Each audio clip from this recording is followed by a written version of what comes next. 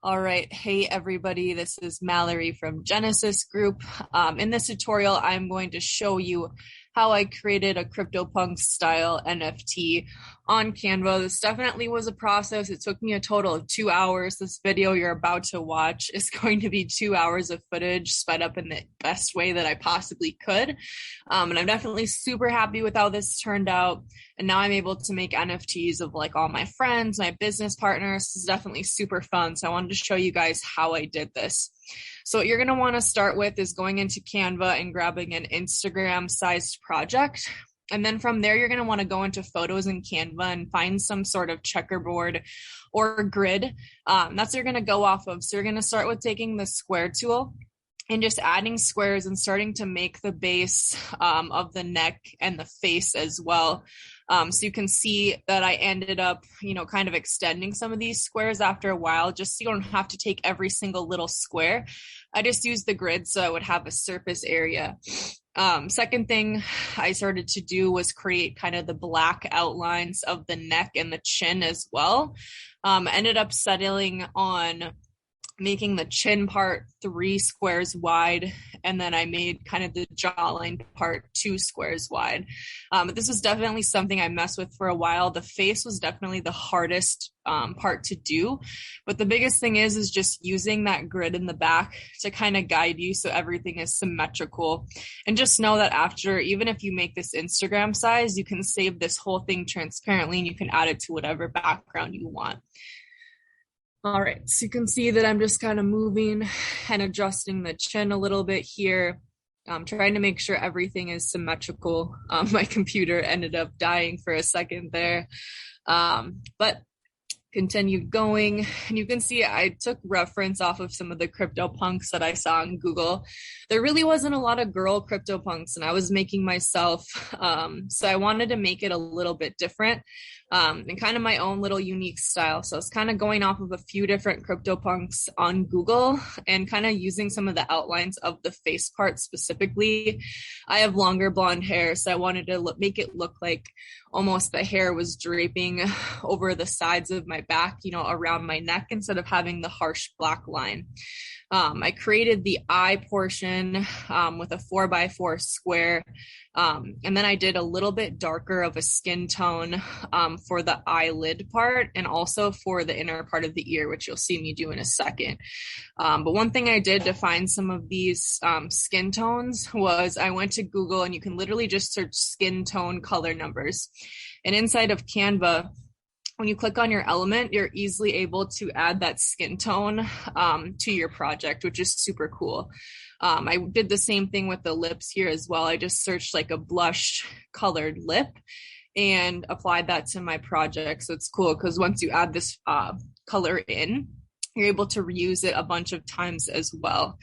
So this is kind of where I started panicking a little bit. So I was like, oh man, this does not look right at all. So you can see that I just kind of start moving around the hair, the face. I wanted to get my dimensions correct as far as like my face, neck, and hair. So I actually ended up removing the grid once I had my skeleton, my base built. And I just kind of started messing with the facial outline, the forehead, and I just copied similar dimensions to what I saw from the other CryptoPunks on Google, just so I could kind of keep it true to this style. So another thing that I ended up doing was I kind of ended up spacing out my eyes a little bit more, and I had my left eye start on my hairline, just so it kind of looked like I have my hair tucked behind my ear. And I just continue to reference these as well. Ended up changing the iris portion of my eye blue. I have blue eyes. So I just want to change that little right square if you want to have it look like you're almost looking to the side. Otherwise, you could, flop the black and the blue or the black in your iris color and make it look like you're looking the other way. So I ended up settling on, instead of outlining the face with black, I outlined it in that blonde color that I was doing for my hair.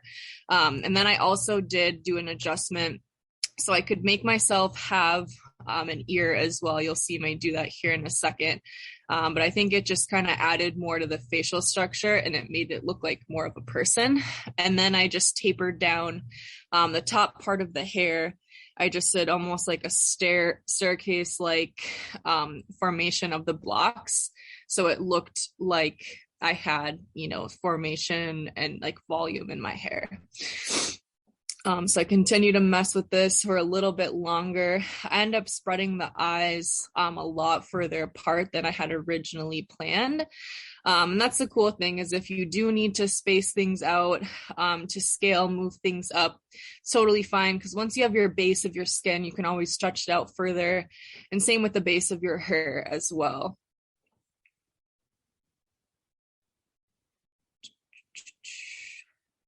So I just kind of continue to mess with this until I get my proportions right. You can see here's where I kind of finally added that ear element, which was super helpful. Really the biggest thing is just playing around with it until it really looks proportioned and like a human face. That's the part that I had the hardest part with. But until I kind of figured out this hair part, what I did was I would apply all of the hair. You can see I'm putting it behind my neck on both sides.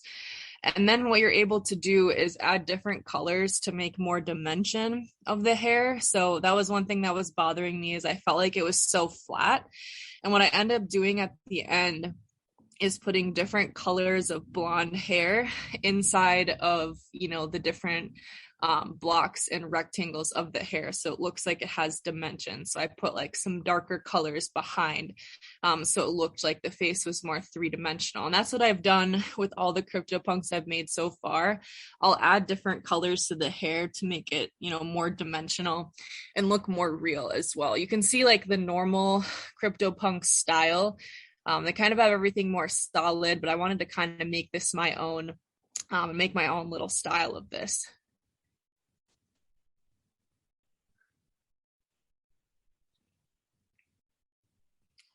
I'm just moving around the hair a little bit more. It's crazy to think that this was literally 2 hours of footage. I was working on this and my fiance was like, "What are you doing?" He was making fun of me and asking me, why I was sitting on my computer for so long doing this. But really, once you make your first one, it's so easy to make other people. So like I've literally just gone off of a base of myself, and then I'll just make other people. I can make guys, I can make girls, I can make, different types of people. So I really can tell you, once you crack making one, it'll be a lot easier for you to make more than one, because you'll just go off of the same base every single time. And same with the colors as well. I would just recommend, using colors from Google. Another cool thing on Canva is you can search colors. If you search like nude or brown, they'll pull up other cool colors on there as well. But it's definitely really important to just kind of make this your own. And once you make one, like I said, it gets way, way easier. So you can see it's kind of starting to come together. I did tapered off squares near the face, and I also did some tapered off squares near my head as well. And, you can see here that I was kind of panicking because I wanted to potentially resize this, but I did end up remembering that you can save, like I said at the beginning, this whole entire element into a transparent background. So you can just slap it on anything. So here's where I start adding that dimension to the hair. You can see I kind of did, darker blondes / browns, and then it kind of made it more three-dimensional. I really started liking, how that was looking. And then I did the same with the other pieces of blonde. And then I also created my ear area as well. So this is kind of where it finally starts coming together. Tapered the hair off a little bit more on that side to make it look, like really long blonde hair. And then here's where I ended up, taking a pause for a little bit, because I just was like, oh my gosh, I don't have enough room inside this Instagram square. But, after doing this, I really realized that the Instagram square is the best way to do it, just because you can do that checkerboard grid and you can use that to kind of follow along for your base or for your kind of skeleton of this project. But this is really fun to do.